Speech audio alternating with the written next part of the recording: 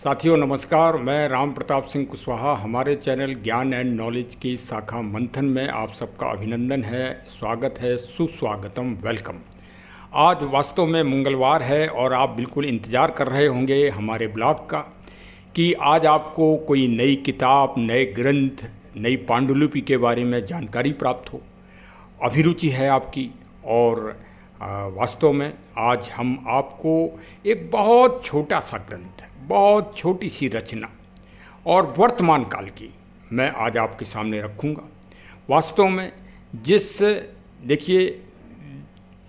देखिए इस पर अगर आप मंथन करेंगे इस विषय पर तो आप पाएंगे कि सबसे पहले दुनिया में जो रचना हुई वो वेदों की हुई, ऋग्वेद की हुई। इसके बाद देखिए निरंतर शास्त्र समय गति के हिसाब से चलते ही रहे। फिर वेद आए, वेद के बाद उपनिषद आए, उपनिषद के बाद पुराण आए, पुराण से पहले रामायण आई, रामायण से के बाद फिर रामचरितमानस आई, कालिदास की मेघदूतम और दुनिया भर के शास्त्र आए, और फिर आर्यभट्ट के साहित्य आए और विज्ञान की भी प्रगति हुई। और देखिए आज की तारीख में भी अगर जिस समाज, जिस देश, जिस राष्ट्र में अगर कोई ग्रंथ या रचना, कोई नई किताब अगर नहीं लिखी जा रही है तो आप ये समझिए कि वो देश और वो समाज एक तालाब की तरह हो गया है और उसमें फिर बदबू आना ही आना है। चरे वेति उसी तरह शास्त्रों का नियम है, किताबों का नियम है। रोज़ नई किताबें लिखी जानी चाहिए। जैसे नए समाचार पत्र आता है, समाचार पत्र क्या है? किताब और ग्रंथ ही तो है आज का, एक दिन का इतिहास है। तो उसी तरह से ये क्रमगत चलते रहना चाहिए। तो आज उसी क्रम में आज बहुत ही दिव्य ग्रंथ हमारे सामने हैं और दिव्य व्यक्तित्व भी है। आज उस व्यक्तित्व के संबंध में मैं एक पूज्य श्री महात्मा गांधी जी से संबंधित एक बहुत सुंदर पंक्तियां हैं। मैंने महात्मा गांधी जी को और पूज्य श्री विवेकानंद जी को देखा तो नहीं है, लेकिन सुना है कि वो सबको सम्मोहित कर देते थे।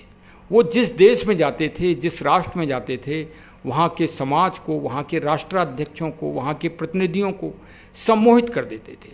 और जो उनके सामने होता था वो वही करता था, वही कहता था, वही सोचता था जो वो चाहते थे। ये विलक्षण होते हैं, ये ईश्वर की तरफ से आते हैं और ये कुछ कालखंड के लिए दुनिया में आते हैं, कुछ नया करने के लिए। तो श्री सोहनलाल द्विवेदी साहब ने कुछ पंक्तियाँ लिखी हैं पूज्य श्री गांधी जी के लिए। और मैंने राष्ट्रपिता गांधी जी को देखा तो नहीं है क्योंकि मेरे जन्म के पूर्व ही पूज्य श्री का स्वर्गवास हो गया था, लेकिन मैंने उन पंक्तियों को पढ़ा अवश्य है और उन पंक्तियों से संबंधित मैं एक व्यक्तित्व की तलाश कर रहा था। तो उसी तलाश के क्रम में आज हमको एक युवा मिल गए हैं और युवा से आप भी परिचित होंगे, नहीं परिचित हैं तो आज परिचय कर लीजिए। युवा हैं श्री बागेश्वर धाम सरकार के नाम से जाने जाते हैं और आचार्य श्री धीरेन्द्र कृष्ण शास्त्री जी युवा हैं, ऊर्जावान हैं और सौम्य हैं, विनम्रता की खान हैं, शिष्टाचार की खान हैं और वाक्पटुता में प्रवीण हैं, प्रति उत्पन्न मति से ओतप्रोत हैं। आज उन्हीं के द्वारा लिखा हुआ एक छोटा सा ग्रंथ सनातन क्या है ये मैं आपको दिखाऊंगा। ये देखिए, ये महान ग्रंथ जो है छोटा सा हमारे सामने है, सनातन धर्म क्या है, और पंडित श्री धीरेन्द्र कृष्ण शास्त्री जी। और वास्तव में इसमें जो है बहुत ही अनमोल चीज़ों का वर्णन है। सनातन धर्म की परिभाषाएं हैं, सनातन धर्म के प्रमुख ग्रंथ हैं, सनातन धर्म के उद्देश्य, अन्य पंथों से तुलना, सनातनी होने के 5 लक्षण, सनातन संस्कृति से जुड़े कुछ वैज्ञानिक तर्क, सनातन धर्म के मूल मंत्र, सनातन भूमि और सनातन धर्म, सनातन धर्म की प्रमुख विशेषताएं, हमारे राष्ट्र में गुरु का महत्व, सनातन धर्म में कर्मकांड, सनातन धर्म के चरित्र आदि विवरण है। और ये सचित्र है, आप इसको पढ़िए और ये धीरे धीरे सभी जगह अब ये पहुंचने वाली है।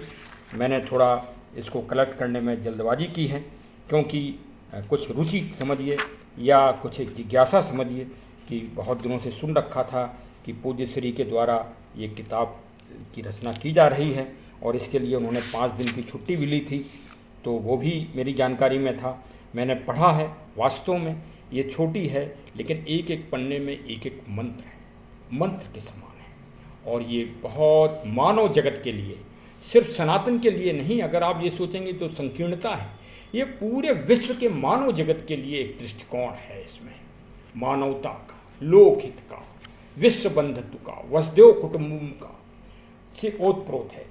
अब जब आप पढ़ेंगे तो आपको आनंद आएगा और आपको ज्ञान प्राप्त होगा। जिसके पास ज्ञान है उसी ने दुनिया में राज किया है। हमारे पास भी ज्ञान था, तब भारत सोने की चिड़िया कहलाता था। लूटा गया, कुचला गया, आपको कुचला गया, बार बार कुचला गया। लेकिन अब भाई कुचलने के बाद भी भूरे के दिन भी आते हैं, ऐसी बात नहीं है। तो जब लहर चल रही है तो लहर फिर बड़े बड़े प्रचंड वेग को भी समाप्त कर देती है। वेग उसका इतना अधिक होता है। तो आप भी जो है जागरूक होइए, पढ़िए, ज्ञान बढ़ाइए, और जहाँ ज्ञान है वहीं अंधकार स्वतः नष्ट हो जाता है।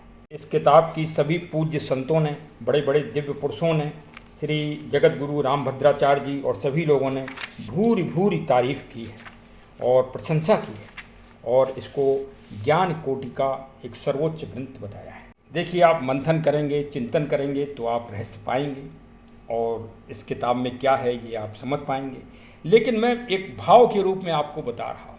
आप दुनिया के सारे शास्त्रों को पढ़ लीजिए, लेकिन सुंदर कांड श्री रामचरितमानस का जो 5वां कांड है वो श्रेष्ठतम है, और उस श्रेष्ठतम की अभिवृत्ति इस छोटे से ग्रंथ में पूज्य श्री जी द्वारा की गई है। देखिए, मैं आपको कैसे बताता हूँ। ये पूज्य आचार्य जी के बाबा जी हैं, श्री सेतुलाल गर्ग साहब। इनका श्री बागेश्वर धाम जी सरकार के इस विहंगम चित्र के बाद सबसे पहला चित्र यही है इस किताब में। ये देखिए, ये श्री बागेश्वर जी का चित्र है और इसके बाद पूज्य श्री दादाजी का चित्र है। और मतलब दादाजी का मतलब सुंदरकांड का प्रारंभ हुआ है जामवंत जी से।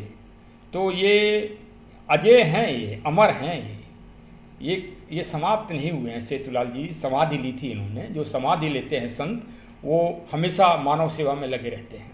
तो उसी तरह से पूज्य श्री भी मानव सेवा में लगे रहते हैं और जन कल्याण करते हैं। और मतलब जामवंत समझो आप, सुंदरकांड का जामवंत। और सुंदरकांड में पहली चौपाई है, जामवंत के बचन सुहाए, सुन हनुमंत हृदय हति बहाए। और हनुमान जी कौन है? युवा है। तो आज की तारीख में युवा कौन है? आचार्य श्री धीरेन्द्र कृष्ण शास्त्री जी।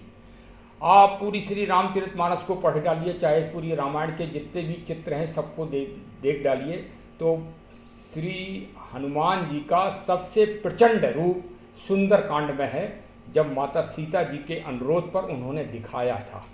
उससे भयानक चित्र और उससे दिव्य चित्र आपको पूरी श्री रामचरितमानस में नहीं मिलेगा। तो इस किताब में भी बहुत सारे चित्र हैं, लेकिन ये जो आखिरी चित्र है, ये धीरेन्द्र कृष्ण शास्त्री जी का जो ये चित्र है, ये विहंगम चित्र है। और भारत को इसी युवा ऊर्जा की आवश्यकता है आज। और भारत का जो आज पूरे विश्व में प्रचंड वेग चल रहा है और दिनों दिन प्रगति चल रही है, वो भारत की युवा शक्ति ही जाग गई है। हाँ, ये दुनिया वाले समझ गए हैं इस बात को कि भारत अब जाग गया है। तो भारत की युवा शक्ति ही जाग गई है। अब श्री सोहनलाल द्विवेदी साहब को आप जरूर सुन लीजिए, क्योंकि फिर ब्लॉग बड़ा हो जाता है, फिर लोग कहते हैं ब्लॉग बड़ा कर देते हो आप। पंडित श्री सोहनलाल द्विवेदी साहब की उक्तियाँ भी सुनिए, और साथ में पूज्य श्री धीरेन्द्र कृष्ण शास्त्री जी के आप विहंगम चित्रों को भी देखिए, जो अभी हाल की दुबई की यात्रा के हैं, जहाँ शेखों ने पूरे उनको राजकीय सम्मान प्राप्त हुआ, प्रशस्ति पद प्राप्त हुआ। इंग्लैंड में संसद में जय सीताराम बोले और वहाँ भी प्रशस्ति पद प्राप्त हुआ। मॉरिशस और भी कई जगह पूज्य श्री भ्रमण कराए हैं, विश्व भ्रमण पर हैं। अभी अमेरिका जाना है, रसा भी जाना है उनको। तो दोनों महाशक्तियों में जब चले जाएंगे तब फिर देखिए, राजा से श्री रामचरितमानस में भरत जी कहते हैं, विदेशी राजाओं से मत जुड़िए, विदेशी जनता से जुड़िए। अगर आप जनता से जुड़ गए तो समझ लीजिए उस देश से आप जुड़ गए। ये बहुत बड़ा ज्ञान मैं आपको दे रहा हूँ। श्री रामचरितमानस में भगवान प्रभु श्री राम जी का और भरत जी का जो चित्रकूट में वार्ता हुई थी, ये उसका रहस्य है। हमारे चैनल में आपको बड़े बड़े गूढ़ रहस्य मिलते हैं, वो भी श्री रामचरितमानस के। इनको समझने की आवश्यकता है, थोड़ी गंभीरता से सुनिए। हमारे जो चैनल है या चैनल का जो विवरण है, थोड़ा गंभीरता से आप सुनिए, फिर आपको आनंद जरूर आएगा। फिर आपका मन रोज इस बात के लिए होगा कि आज हम राम प्रताप जी का जो है ब्लॉग को नहीं सुन पाए। ऐसे कई लोग टिप्पणी करते हैं, मैं वही टिप्पणी आपको बता रहा हूँ, क्योंकि हम नई चीज़ आपको देंगे, बिल्कुल नई, जो जिस पे चर्चा आपने, और वो यथार्थ होगा। अब सोहनलाल द्विवेदी साहब को आप सुन लेंगे तो आप समझ जाएंगे कि आज यथार्थ क्या है वास्तव में चित्रण। सबसे पहले तो सोहनलाल द्विवेदी साहब को ये सुनिए कि वास्तव में वो कितने ओजस्वी और क्रांतिकारी कवि थे। लहरों से डरकर नौका पार नहीं होती, कोशिश करने वालों की कभी हार नहीं होती। श्री सोहनलाल द्विवेदी। फिर से एक बार सुन लीजिए। लहरों से डरकर नौका पार नहीं होती, कोशिश करने वालों की कभी हार नहीं होती। हमारे युवा को अवश्य सोच लेना चाहिए, विशेषकर कोटा ऐसे शहरों में जो घटनाएं घट रही हैं वो बड़ी निंदनीय हैं और बड़ी चिंतनीय हैं, उनको अवश्य ही प्रेरणा लेना चाहिए। अब उस व्यक्तित्व के ऊपर जो टिप्पणी की थी सोहनलाल द्विवेदी साहब ने, जरा उसको सुनिए। चल पड़े जिधर डो डगमग में, चल पड़े कोटि पग उसी ओर, गड़ गई जिधर एक भी दृष्टि, गड़ गए कोटि डग उसी ओर। जिसके सिर पर निज हाथ धरा, उसके सिर रक्षक कोटि हाथ, जिस पर निज मस्तक झुका दिया, झुक गए उसी पर कोटि माथ। कोटि चरण हे कोटि बाहु, कोटि रूप हे कोटि नाम, तुम एक मूर्ति प्रतिमूर्ति कोटि, हे कोटि मूर्ति तुमको प्रणाम। युग बढ़ा तुम्हारी हंसी देख, युग हटा तुम्हारी भृगटि देख, तुम बोल उठे युग बोल उठा, तुम मौन रहे जग मौन बना। कुछ कर्म तुम्हारे संचित कर, युग कर्म जग युग धर्म तना, युग प्रवर्तक युग संस्थापक युग संचालक हे युगाधार। युग निर्माता युग मूर्ति तुम्हें, युग युग तक युग का नमस्कार। ये पूज्य गांधी जी के लिए समर्पित की थी श्री सोहनलाल द्विवेदी जी ने, और मैं आज पूज्य श्री आचार्य धीरेन्द्र कृष्ण शास्त्री जी के लिए रूपांतरण करके समर्पित कर रहा हूँ। और उनके व्यक्तित्व से आप प्रेरणा लें, उनकी विनम्रता से प्रेरणा लें। वो कितने मानवीय हैं, कितने लोक हित में लगे हैं कि 24 घंटे में 18 घंटे जन सेवा के लिए काम करते हैं। अंधों को आँख दे रहे हैं, ना चलने वाले उनके सामने चल रहे हैं, और जो अन्य मानसिक बीमारियां हैं जिनका दुनिया में कोई इलाज नहीं, उनका वो तत्पर इलाज कर रहे हैं। वास्तव में वो आज लोकहित और जनहित के लिए पूरी तरह से समर्पित हैं, और उनका व्यक्तित्व एक उज्ज्वल व्यक्तित्व है। वर्तमान की मैं बात कर रहा हूँ, वर्तमान में वह बहुत ही प्रखर और बहुत ही ओजस्वी, और बहुत जिस जगह वो जा रहे हैं वहीं उन्हें जन स्नेह जन प्रेम मिल रहा है, और लोग में चेतना आ रही है, लोगों में आनंद आ रहा है, लोगों में उल्लास आ रहा है, लोगों में खुशी आ रही है। लोग हर्षोल्लास से और उत्साह से उमंगों के साथ और जन सैलाब के रूप में समर्पित हो रहे हैं। वास्तव में यही तो सम्मोहन है, यही तो पूज्य श्री गांधी जी में सम्मोहन था, यही तो श्री विवेकानंद जी में सम्मोहन था। यह तो ईश्वर के विशेष दूत, विशेष लोग जन सेवा मानव सेवा करने के लिए समय समय पर आते ही रहते हैं। किसी के बारे में कोई क्या टिप्पणी कर सकता है। आज वर्तमान में तो वास्तव में बेशक वो एक श्रेष्ठतम व्यक्तित्व के मालिक हैं। आज इस तारीख में भी वो पूज्य श्री शंकराचार्य श्री निश्चलानंद गोवर्धन पीठ जी के साथ विशेष मंत्रणा कर रहे हैं, और उनका एक ही सिद्धांत है, चरे वेति चरे वेति चरे वेति। और ये छोटी सी जो बुक है सनातन धर्म क्या है, इसको आप अवश्य पढ़ें, अवश्य इसका गहन अध्ययन करें। ये छोटी ज़रूर है, लेकिन ये बहुत ही लौकिक किताब है और बहुत ही दिव्यता के साथ रची गई है और इसमें उन्होंने वास्तव में पूरे सनातन को समाहित कर दिया है। आपको लिए खुशखबरी है, यदि ये आपको उपलब्ध नहीं हो पा रही है तो हमारा ट्रस्ट राम रक्षा फाउंडेशन ट्रस्ट की शाखा है उदयो चंद्रा पुस्तकालय, ये ऑनलाइन सेवा करता है। आप इसके माध्यम से हमारे फ़ोन नंबर 6393828336 पर हमको मैसेज करके आप ये सेवा ले सकते हैं और पुस्तकालय के नियमों और शर्तों का पालन करते हुए मैं आपके ऑनलाइन आपके घर पर ये बुक्स मैं पढ़ने के लिए, ज्ञान प्राप्त करने के लिए पहुंचा सकता हूं। और हमारे चैनल से अवश्य जुड़िए और इस परिचर्चा में भी हमेशा शामिल होते रहिए। बहुत बहुत धन्यवाद। जय हिंद, जय हिंद, जय हिंद।